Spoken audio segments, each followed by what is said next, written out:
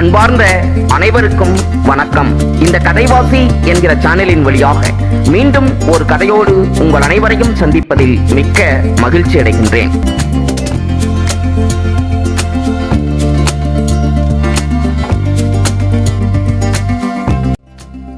அவன் வெளியே புறப்பட்டு கொண்டிருந்த போது அம்மா சொன்னாள், அந்த அண்ணன் வீட்டுக்கு ஒரு நடை போயிட்டு வந்துடப்பா. எந்த அண்ணன் என்று கேட்டான் மூர்த்தி. 50 ரூபாய் யாருக்கிட்டையோ கைமாத்து வாங்கி உனக்கு சொஜ்ஜும் பஜ்ஜும் பண்ணி போட்டார்ல, அந்த அண்ணன் வீட்டுக்கு தான்.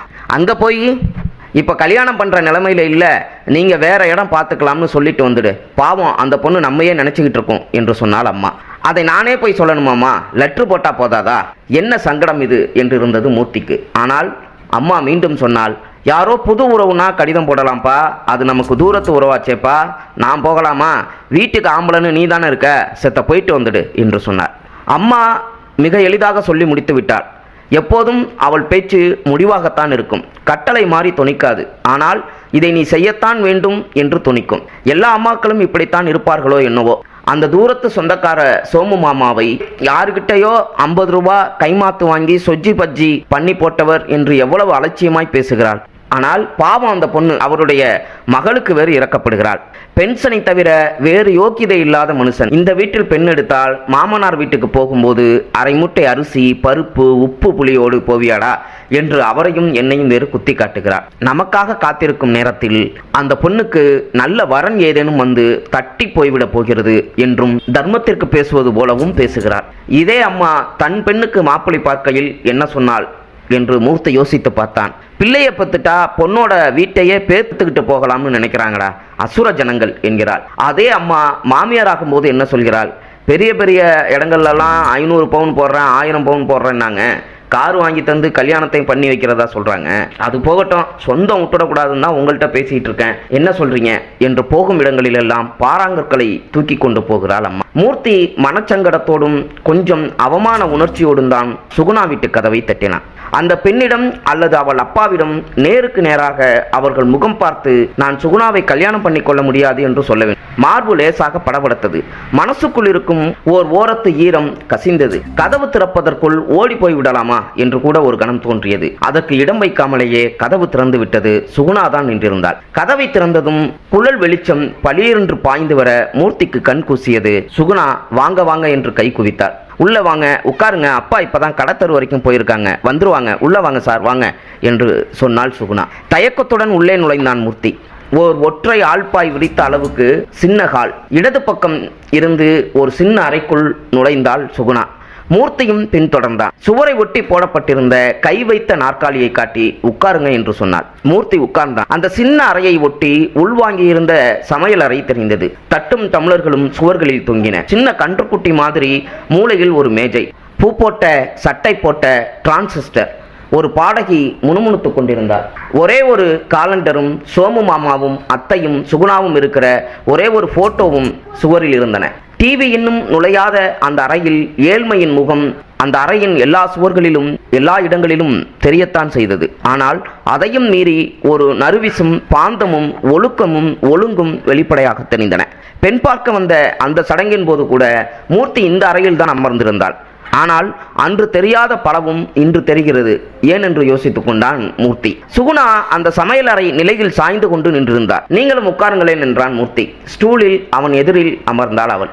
முதலாக அவளை இப்போதுதான் பார்ப்பது போல அவளையே பார்த்து கொண்டிருந்தான் மூர்த்தி. பொண்ணு பார்க்க வந்த அன்னைக்கு வெற்றிலை தட்டுடன் ஒரு பிறை கீற்று மாதிரி சரையலென்று வந்து அவன் முன் தட்டை வைத்து குனிந்தவாறு ஒரு நிமிஷம் நின்றுவிட்டு சமையல் அறைக்குள் புகுந்து கொண்டவள் அல்லவா இவள்? பெண்களுக்கு இந்த பெண் பார்க்க வருகையில் மட்டும் பெண்கள் மின்னல் மாதிரி ஏன் ஆகிவிடுகிறார்கள் என்று யோசித்துக் கொண்டான். ஆனால் இன்று 3 அடி தூரத்தில் அவளை முழுமையாக இருத்தி வைத்து பார்ப்பதில் அவள் புதியதாக தெரிந்தாள். கஞ்சி முறப்போடு ஆகாய நிறத்தில் அவள் கட்டியிருந்த வாயில் சேலை அவளுக்கு எவ்வளவு பொருத்தமாக இருக்கிறது என்று நினைத்து கொண்டே இருந்தான். சுகுணா நிமிராமலேயே குனிந்தவாறே கேட்டால், அம்மா வரலையா? மூர்த்திக்கு தொண்டை அடைத்துக் கொண்டது. என்ன சொல்வது இவளிடம்? நான் உன்னை கல்யாணம் பண்ணி கொள்ள முடியாது, அதை சொல்லத்தான் வந்தேன் என்று சொல்ல வேண்டும். அதைவிட ஒரு வாளி நெருப்பை அள்ளி அவள் தலையில் கொட்டலாமே என்று கூட யோசித்தான். வரலானும் தான் இருந்தாங்க, ஏனோ வேலை, மாமாவை பார்த்து பேசிட்டு வான்னு அனுப்பி வச்சாங்க என்று மட்டும் சொன்னான். அவள் தலையை கவிழ்ந்து கொண்டு உட்கார்ந்திருந்தார். 3 அடி தூரத்தில் இருந்த அந்த முகம் மழை பெய்து ஓய்ந்த பின் இந்த சாலை ஓரத்து மரங்கள் எல்லாம் அல்ல அல்ல குறையாத ஒரு மலர்ச்சி கொண்ட முகம் வரும் இல்லையா, அப்படி இருந்தது அவளுடைய முகம். இவளை சிவப்பு என்று சொல்ல முடியாதுதான். ஆனால் ஆரோக்கியமாக இருக்கிறாள். ஆரோக்கியமாகவும் இருந்தால் ஆரோக்கியமாகவும் இருப்பாள்.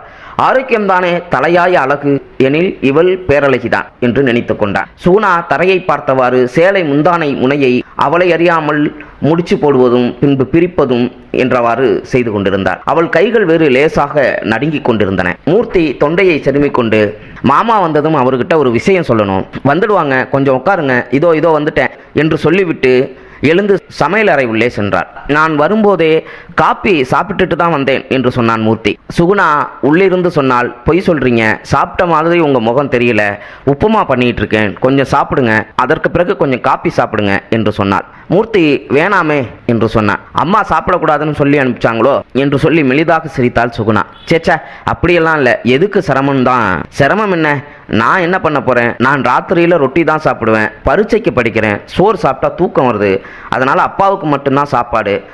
இன்னொன்று சொல்லணும், அன்னைக்கு நீங்கள் சாப்பிட்ட பஜ்ஜி சொஜ்ஜி எல்லாம் நான் பண்ணலைங்க, எதிர் வீட்டு அத்தை தான் பண்ணாங்க. ரியலாக நான் நல்லா சமைப்பேன், சாப்பிட்டு பார்த்துட்டு நல்லா இருக்கா நல்லா இல்லையான்னு சொல்லிட்டு போங்க என்று சமையல் அறைக்குள் நுழைந்து கொண்டாள் சுகுணா.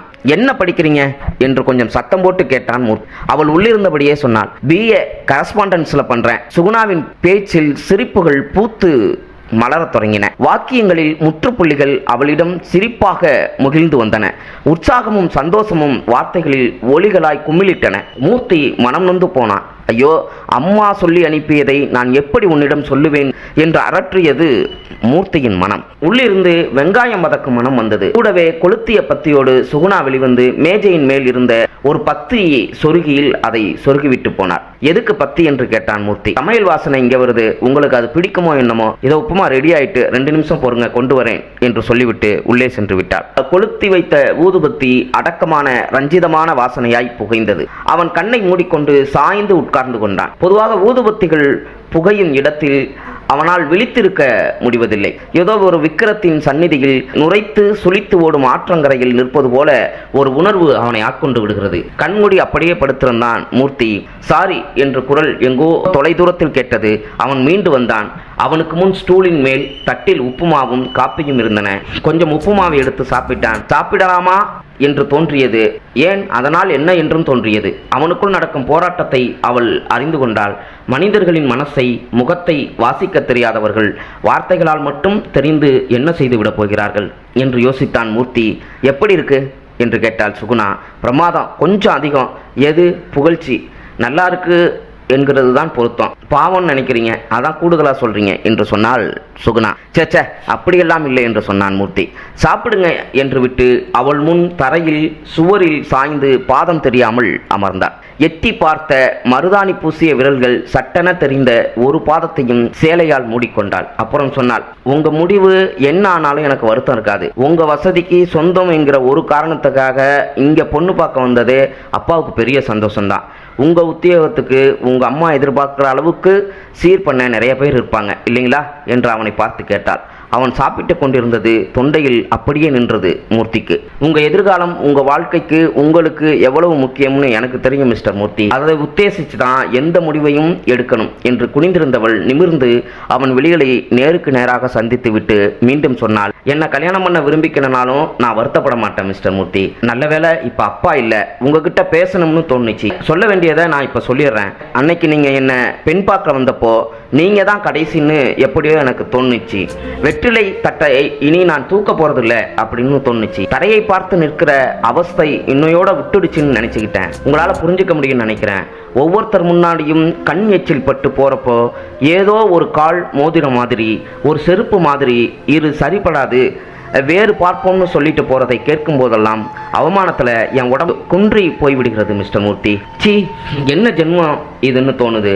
ஏதோ ஒரு வேலை இருக்கு, மாசம் மாசம் சம்பளம் வருது, நிம்மதியா இருக்கலாம்னு நினைச்சா இந்த அப்பா கேட்டாதானே. காப்பி நல்லா இருக்கா சார்? நல்லா இருக்கு என்பதாய் தலையை ஆட்டினான். பொய் சொல்றீங்க, பட் ஆல்ரைட் தேங்க்ஸ் என்று சொன்னாள். அவள் சிரிக்கையில் கண்ணில் கரையோரம் நின்ற ஈரம் பளபளத்தது போல மூர்த்திக்கு தோன்றியது. மீண்டும் சுகுணா சொன்னாள், எனக்கும் அன்பு செலுத்த தெரியுங்க. எனக்கும் ஒரு நல்ல மனைவியா, ஒரு நல்ல தாயா இருக்க தெரியுங்க. எங்க அப்பா கிட்ட பணம் இல்லாம இருக்கலாம், ஆனா எங்கிட்ட அன்பு இல்லாம போயிடுமா, குணம் இல்லாம போயிடுமா என்ன? பணம் இருக்கிறவங்கள்ட்ட தான் அன்பும் குணமும் இருக்கணுமா என்ன என்று தன்னை பார்த்து பேசும் சுகுணாவையே பார்த்து கொண்டிருந்தான் மூர்த்தி. அவள் எவ்வளவு அடக்க நினைத்தும் அவளையும் மீறி அவளுடைய கன்னத்தில் கண்ணீர் வழிந்து கொண்டிருந்தது. அடக்கமாக மையிட்ட கண்கள் சிவந்து போயின. மூர்த்தியால் சுகுணா என்று மட்டும்தான் சொல்ல முடிந்தது. அவன் பேச வேண்டும் என்று பல வார்த்தைகள் அவன் மனதுக்குள் தோன்றின. பேசினால் மட்டும் என்ன புரிய போகிறது என்று நினைத்து கொண்டான். தன்னை நேசிக்கிறவளோடு தன்னை இணைத்துக் கொள்வதல்லவா சகல இன்பங்களுக்கு மூற்றுக்கண். கடிகாரத்தின் நாக்கை போல அசைந்து கொண்டிருந்த அவன் மனம் சட்டென நிலை கொண்டு விட்டது. சாரி, உங்களை சிரமப்படுத்திட்டேன் என்று சொன்னாள் சுகுணா. வாசலில் செருப்பு சத்தம் கேட்டது. சோமு மாமா தான் வந்தார். பாலைஸ் மாதிரி வெளுத்த தலையோடு உள்ளே வந்தார். மூர்த்தி வணக்கம் என்று கை குவித்து எழுந்து நின்றான். அடடா, நீங்களா? வாங்க வாங்க. சுகுணா, சாருக்கு காப்பி கொடுத்தியா? கடைத்தெருவில் கொஞ்சம் வேலை, நான் வெளியில போயிருந்தேன் என்று சொன்னார். சோமு மாமாவிற்கு மூர்த்தியை எதிர்பார்க்காத திகைப்பும் பரபரப்பும் துல்லியமாக அவர் முகத்தில் எதிர்பட்டன. அவர் சற்று படபடப்பு அடங்கி அமர்ந்ததும் மூர்த்தி அவரிடம் சொன்னான், காஃபியும் உப்புமாவும் சாப்பிட்டுட்டேன், அம்மா உங்களை பார்த்துட்டு வர சொன்னாங்க என்று சொன்னான். சொல்லுங்க, தவிப்புடன் கேட்டார் சோமு. சுகுணா சமையல் அறைக்குள் நுழைந்து கொண்டாள். எனக்கு சுகுணாவை பிடிச்சிருக்கு சார், கல்யாணத்துக்கு நாள் பார்க்க வேண்டியதெல்லாம் இனி உங்க பொறுப்பு என்று சொன்னான் மூர்த்தி. அப்படியா, ரொம்ப சந்தோஷம். அவன் கைகளை பிடித்து கொண்டார். அழுது விடுவார் என்பது போல இருந்தது. அவன் எழுந்து வெளியே வந்தான். அவரும் எழுந்து வாசல் வரை அவனுடன் வந்தார். ஒரு நல்ல நாள் பார்த்து அம்மாவை நான் வந்து காண்றேன்னு சொல்லுங்க தம்பி என்று சொன்னார். சரி என்று சொல்லிவிட்டு அவன் திரும்பி வாசல் கதவை பார்த்தான். சுகுணா நின்றிருந்தாள். விழிகள் கலங்கியிருந்தன. உதடுகள் அவளுக்கு துடித்துக் கொண்டிருந்தது. 1000 வார்த்தைகளை அவள் பேசி அவன் புரிந்து கொண்டான். அந்த கணத்தில் 26 ஆண்டு வாழ்வில் அந்த கணம் வரை அனுபவத்தறியாத ஆழ்ந்த மனநிறைவோடு வீடு நோக்கி நடக்கத் தொடங்கினான் மூர்த்தி. லைக் பண்ணுங்க, ஷேர் பண்ணுங்க, கமெண்ட் பண்ணுங்க, சப்ஸ்கிரைப் பண்ணுங்க.